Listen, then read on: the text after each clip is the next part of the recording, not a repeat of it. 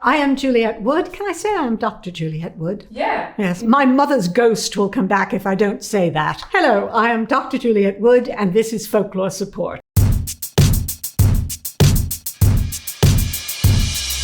First question from Jerswa. How did unicorns go from being thought of as dangerous beasts of the wilderness to being possibly the most stereotypical cutesy thing for little girls in modern Western culture? Initially, the unicorn was thought of as a real exotic beast. The Greeks and the Romans really thought it existed at the edge of the world. It was fast, it was vicious, it never really got together with other creatures except when it was mating, but it defended its young. By the medieval period, it becomes associated with a Christ symbol, the lady and the unicorn. The unicorn goes to the Virgin, puts its head in her lap, and the hunters can capture it.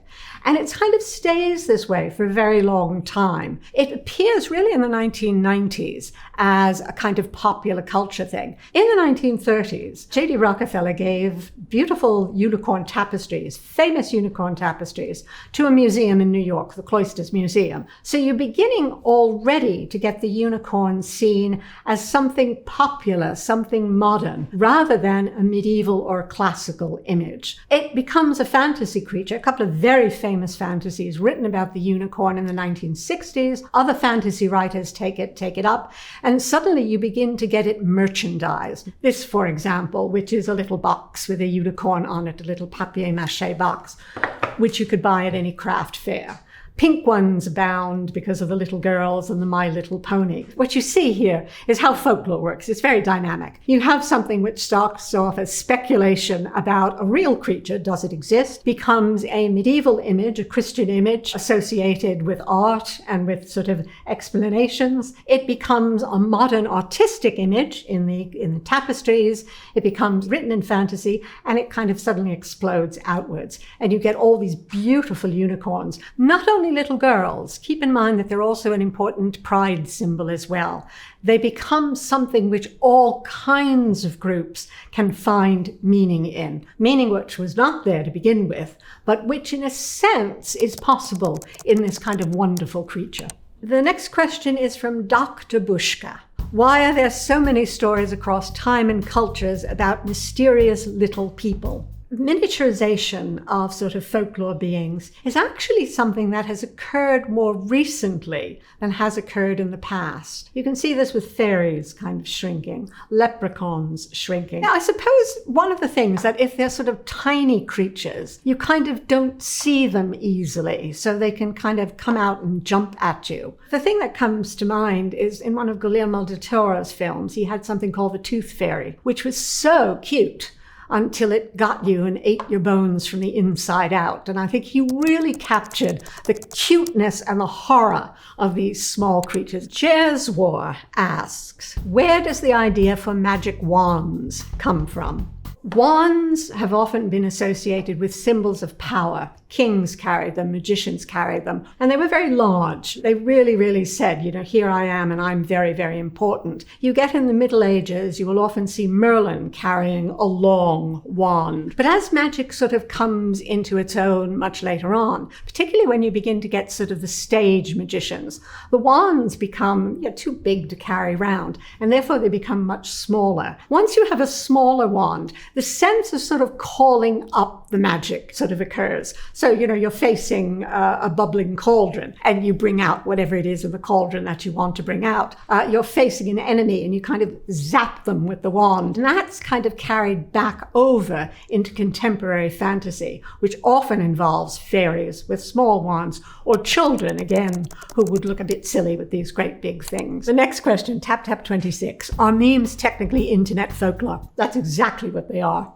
They're something that really has been created by the internet. So rather than going from person to person, they will go from website to website. And that basically is how internet folklore works. The next question comes from the zombie wolf. Seriously though, did any one of you ever find razor blades in your Halloween candy? Well, I never have. This is part of the sort of folklore that surrounds Halloween. And it's also part of the stranger danger that surrounds Halloween. The idea that here are all these sort of innocent sort of neighborhood children going from house to house, and you get one person who hates Halloween or hates children and therefore tries to kill them. Undoubtedly, children may very well get sick on some of the things they eat at Halloween, but that's probably not because anyone's deliberately poisoning them. What it does reflect is this interaction of social situations. So the Halloween candy, the poisoned Halloween candy, is a kind of not so much a bogeyman for children. I think it's more a bogeyman for adults, quite frankly, the fear that something is going to happen to their children when they're off doing something innocent.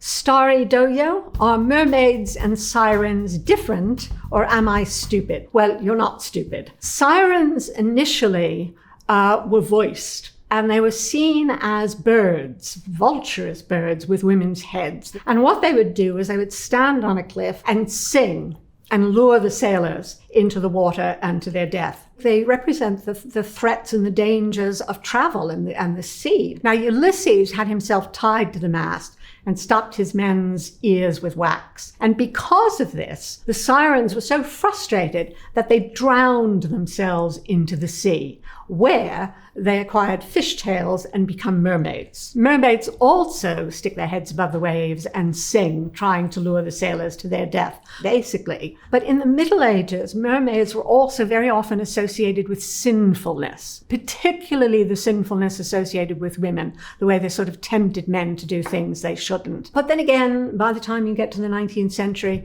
you have really wonderfully good mermaids, and by the time you get to Disney, you have a mermaid who is, a feisty adolescent and very, very different from anything that either the Greeks or the medieval world thought of.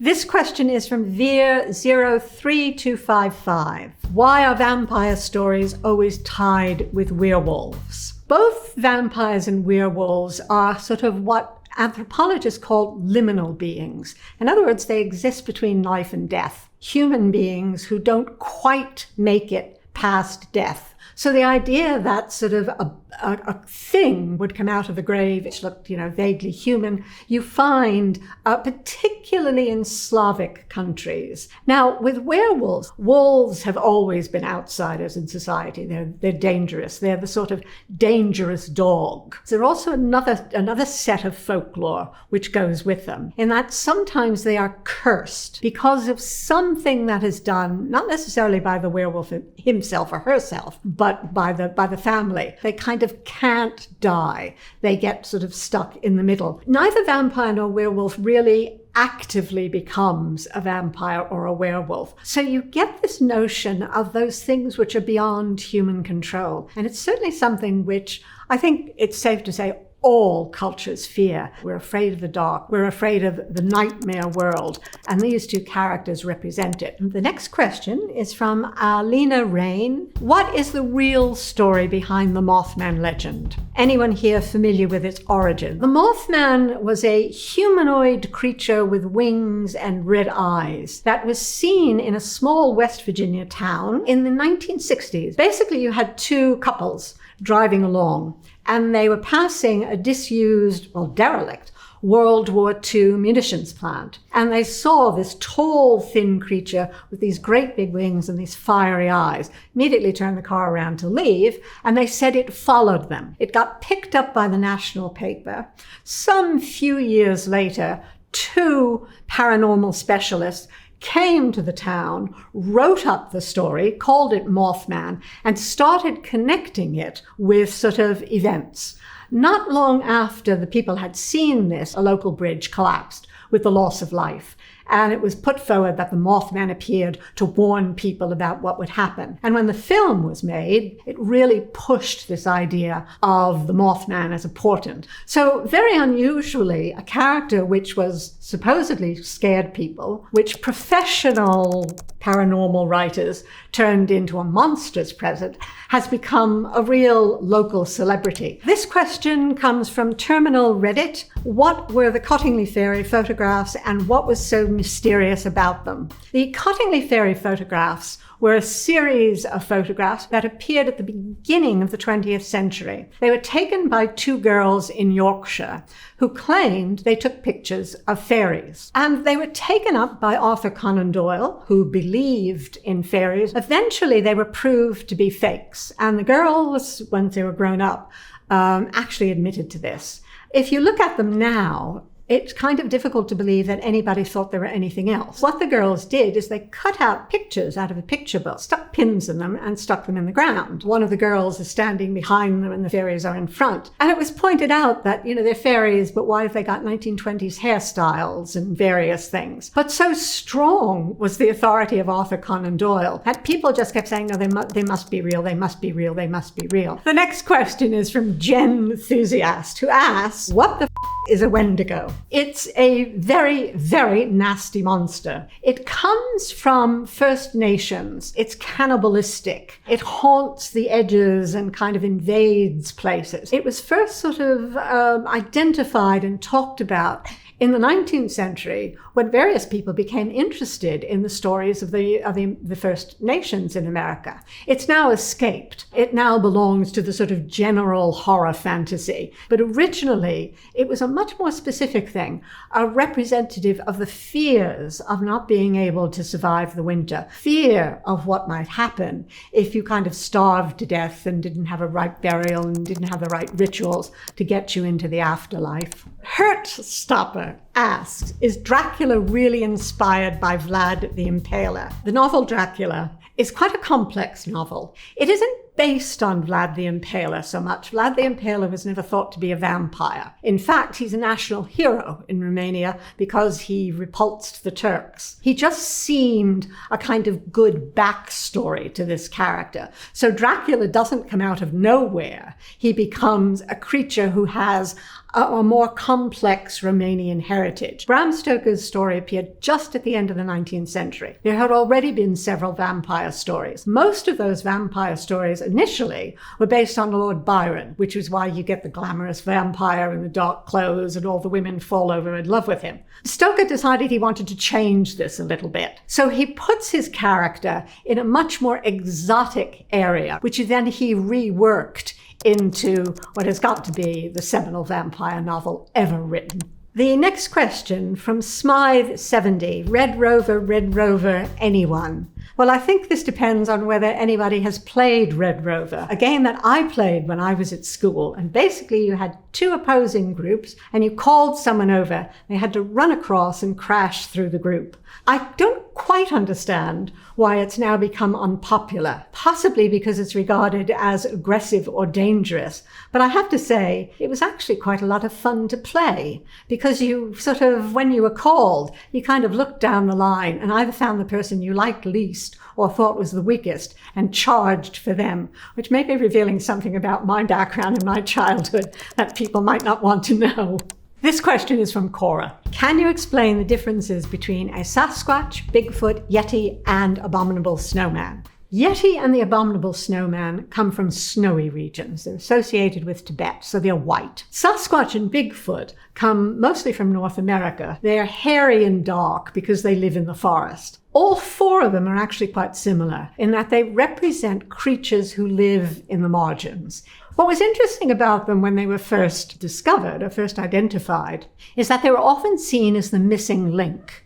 This was a time when it was thought that Homo sapiens descended from the apes and somewhere there was a missing link and this was it.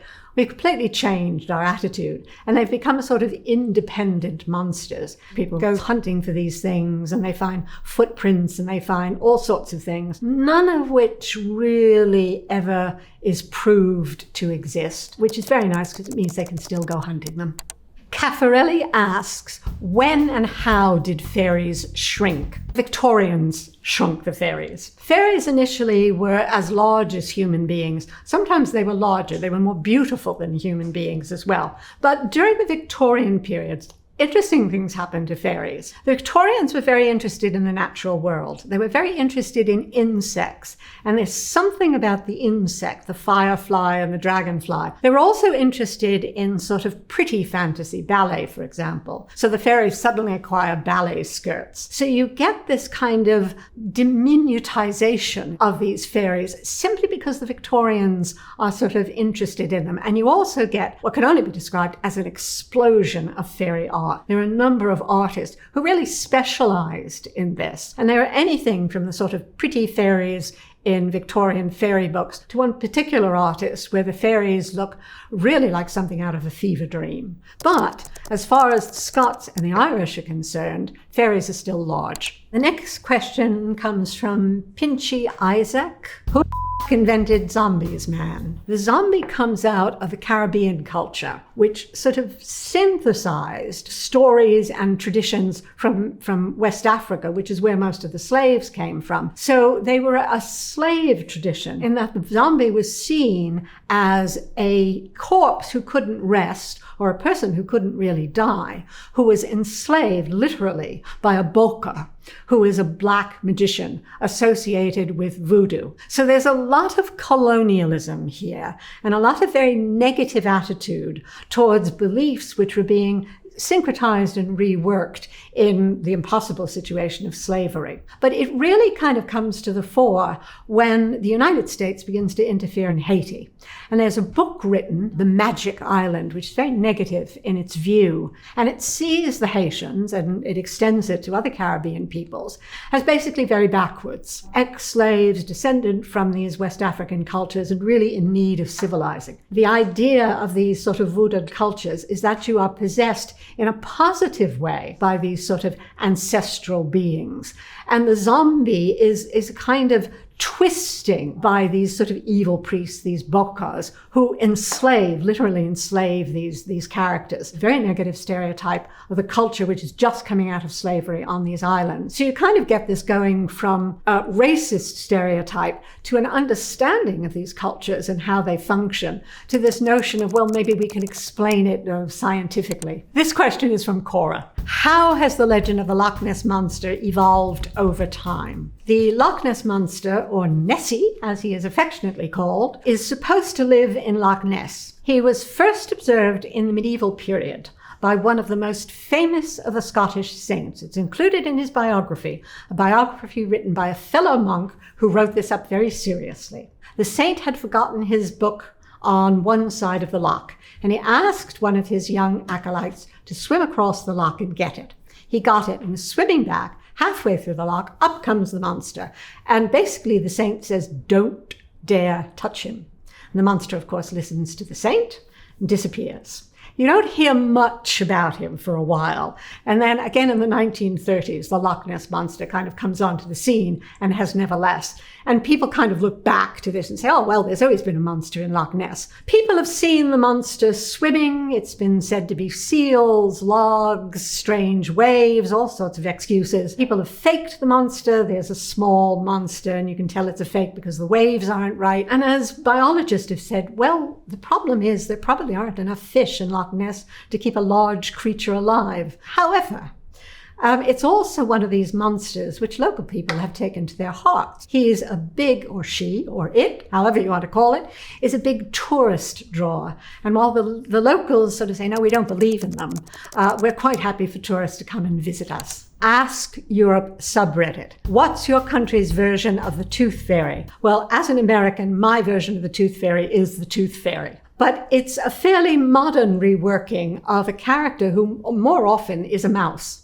I'm not sure whether there's a specific folkloric reason for the mouse, but it's a creature that was often found in the older houses and often had little burrows somewhere and often collected bits and pieces. Obviously, it's going to collect the children's teeth as well. But so often these things are not so much this happens and this happens and this happens, as you look back and think, oh, well, this and this and this is in the environment and I can put it together in a certain kind of way and have a folk story. The next question is from Daisy Jane 1. Did you all have a rabbit's foot for good luck, usually on a keychain? Rabbit's feet kind of go back quite a long way. Rabbits, because they were prolific, were thought of as very lucky. Nowadays, I think we would sort of sympathize with the bunny and not want a rabbit's foot. So we've substituted it with all kinds of good luck symbols and sort of keychains with something on it because they allow you to find the keys.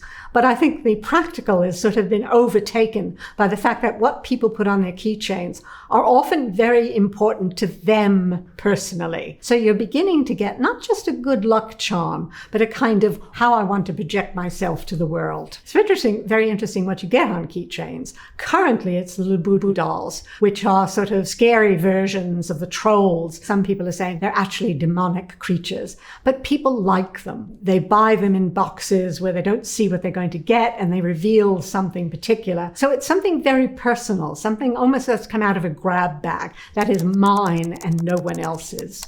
Impression Cool 5341 is asking, what is Slenderman's origin? Slenderman originated on the internet as an internet meme. He's a kind of mysterious bogeyman who goes after mostly young children. He's tall, thin, dark, no face. He's completely covered in sort of almost like a shroud, a tight-fitting shroud. He belongs in a whole class of either faceless or masked nightmare characters. Think of Freddy, think of Jason, think of V for Vendetta, even Pennywise. These characters who don't look human and who aren't human and mostly will attack young people. There was a very tragic situation of two girls who killed someone thinking that Slenderman ordered them to do it. Very disturbed girls. Very unusual that this sort of thing happens. But of course it becomes a cause célèbre and a wake-up cry that, what's happening on the internet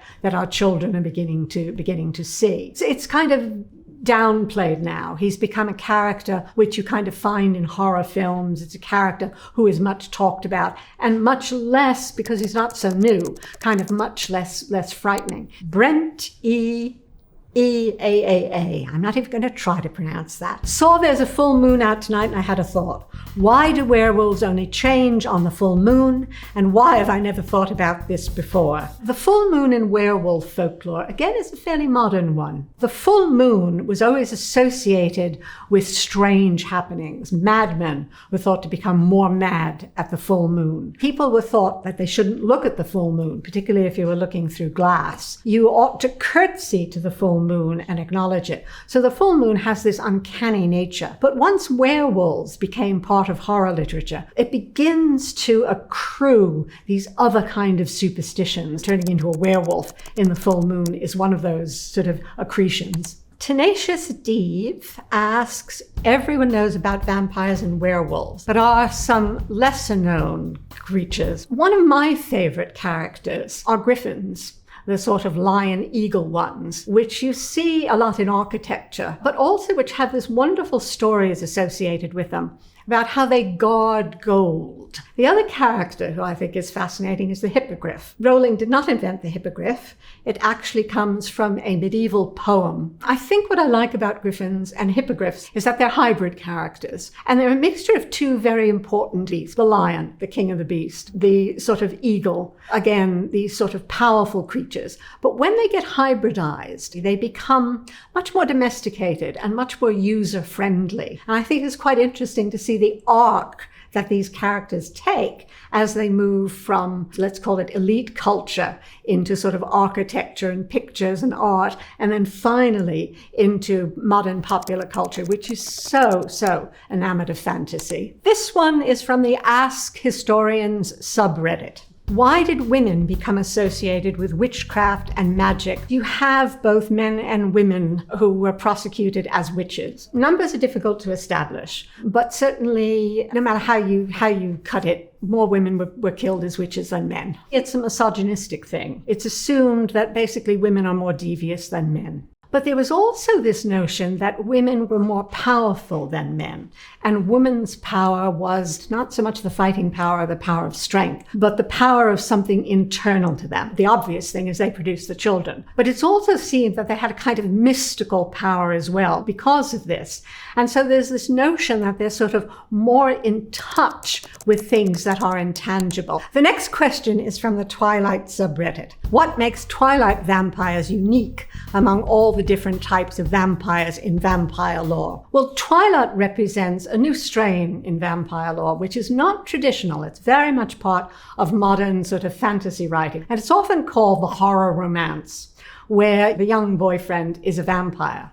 Well, basically, if you're going to make him into a boyfriend, you can't have him sleeping in a coffin all day. You can't have him disappear in a puff of smoke when the sun shines. So you're going to have to invent a new kind of lore. That said, sleeping in coffins all day and disappearing in a puff of smoke is actually part of the sort of literary vampire lore that was created in the 19th century. So all you're really doing here is not so much changing the folklore that was associated with folk vampire figures, but the kind of literary folklore associated with the literary vampire. The next question is from Final Hour. How did the concept of the Grim Reaper come into existence, and why is he portrayed as he is? The Grim Reaper is simply the figure of death. He reaps the souls, hence the scythe, and he's clothed in black as if he's shrouded. Because for many, many centuries, the dead were simply shrouded. They weren't buried in coffins. And there wasn't really any idea of what a decayed body looked like. So you get this idea of the figure of death being a reaper. The next question comes from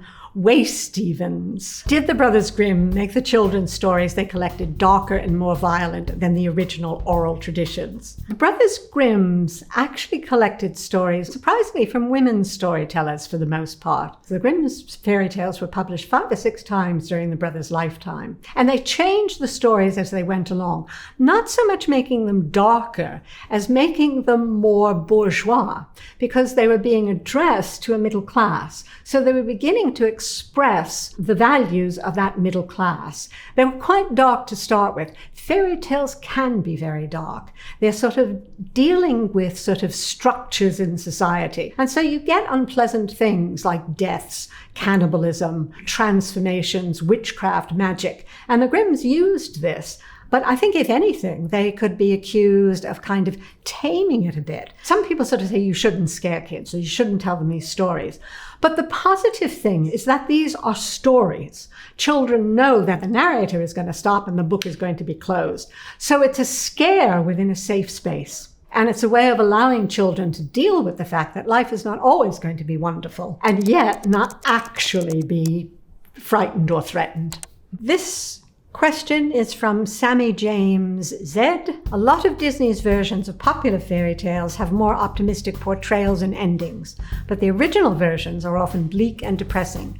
How come many of these famous fairy tales are very bleak even though they were made for children? I think one has to sort of point out that fairy tales were not made for children. It's the Victorians who decided that fairy tales are a children's genre. Fairy tales were told by adults to adults, often after the harvest. They were told in work situations. They were told by professional narrators who traveled around. The Victorians decided, no, these are suitable tales for children. So I think Disney isn't sort of taking them into being more optimistic. He is certainly addressing an audience where he wants a kind of feel-good factor.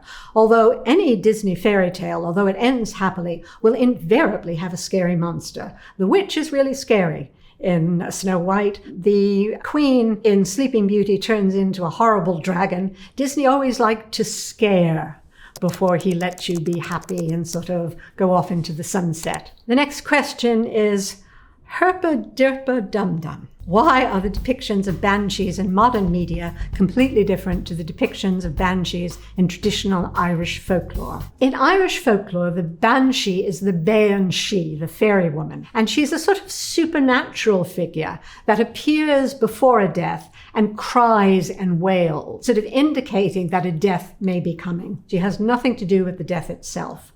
And it comes from something which you get in Irish folklore, the keening women. And at funerals, women were hired to mourn the dead with these loud cries, with these sort of desperate cries. But the dead person was dead. Now, again, what happens when the banshee is taken over into horror literature? She's made much more of an individual and personal thing, and she becomes this kind of monstrous creature. Again, horror fantasy writers have a lot more flexibility than the traditional sort of purveyors of folklore. This is from the Ask Science Fiction subreddit. Why do gremlins always take stuff apart on planes? Gremlins were invented by the pilots of World War II. They blamed anything that went wrong on, oh, the Gremlins must have done it. But the Gremlins kind of didn't have any shape. It was only subsequently that they were drawn as these sort of strange little sort of mischievous beings. And it was really only with the Gremlin films that you get these kind of vicious little monsters. This next question comes from Gimme Some Loki. Why is the Christian devil depicted with a pitchfork? Well, the idea of the pitchfork is something which is used to kind of move useless things around, hay or manure or whatever. And so the Christian devils, who are simply tormenting the souls of the damned, they're tormenting souls who have completely lost the right to be considered individuals. So it's almost a further dehumanization of these souls. Next question is from Cinnamon Remote. My Google skills are failing me. Eldest child wants to know what tree you need to be buried under to prevent the fae snatching your body. Well, I can tell you what trees you shouldn't be buried under, and for the most part, they're apple trees. If you even sleep under an apple tree, the fairies are likely to snatch you. The definition of a fairy tree, you will find often, particularly in Ireland and in Scotland as well, a bit in the center of a field, which is a tree surrounded by a little fence. And the idea is that this is the fairies come to, or it's the entrance to fairyland, and they have to be protected to some way. This question is from Cora. In Hans Christian Andersen's Little Mermaid, the mermaid's penalty for having legs was feeling like she was walking on thorns. Why did she get a penalty if she didn't do anything bad? Hans Christian Andersen is writing in the 19th century, and he was very interested in notions of Christianity and behavior. Behind this is a very common folklore trope of a supernatural being who wants to acquire a soul and therefore has to go through a number of trials. In the story, the Little Mermaid is told that she can dance. Obviously, the legs are painful. It's as if she's walking on knives and thorns. It's part of the test. How badly do you want a soul? And what happens at the end is she actually told, you can have your soul if you kill the prince. And she refuses to do this, proving herself to be a really worthwhile creature. So it's actually a positive story about the Little Mermaid rather than a negative story about how she loses a prince. Clear Cut Punk is asking, what superstitions, cryptid folklore do you not really believe in, but avoid and or abide by just in case? None. As a folklorist, I'm much more interested in the phenomena than I am in whether they're real or not. However, as a person coming from an Italian background, I had a grandmother who, when she discovered she had sort of red-haired grandchildren, made sure that we wore coral because it protected us from the evil eye. Whether it actually protected us, I don't know. But I still have the coral charm, which she gave me when I was a child. I no longer wear it. I'm not sure I believe in it, but I wouldn't give it up. I hope you enjoyed this as much as I did. This is Folklore Support, and I hope to see you next time.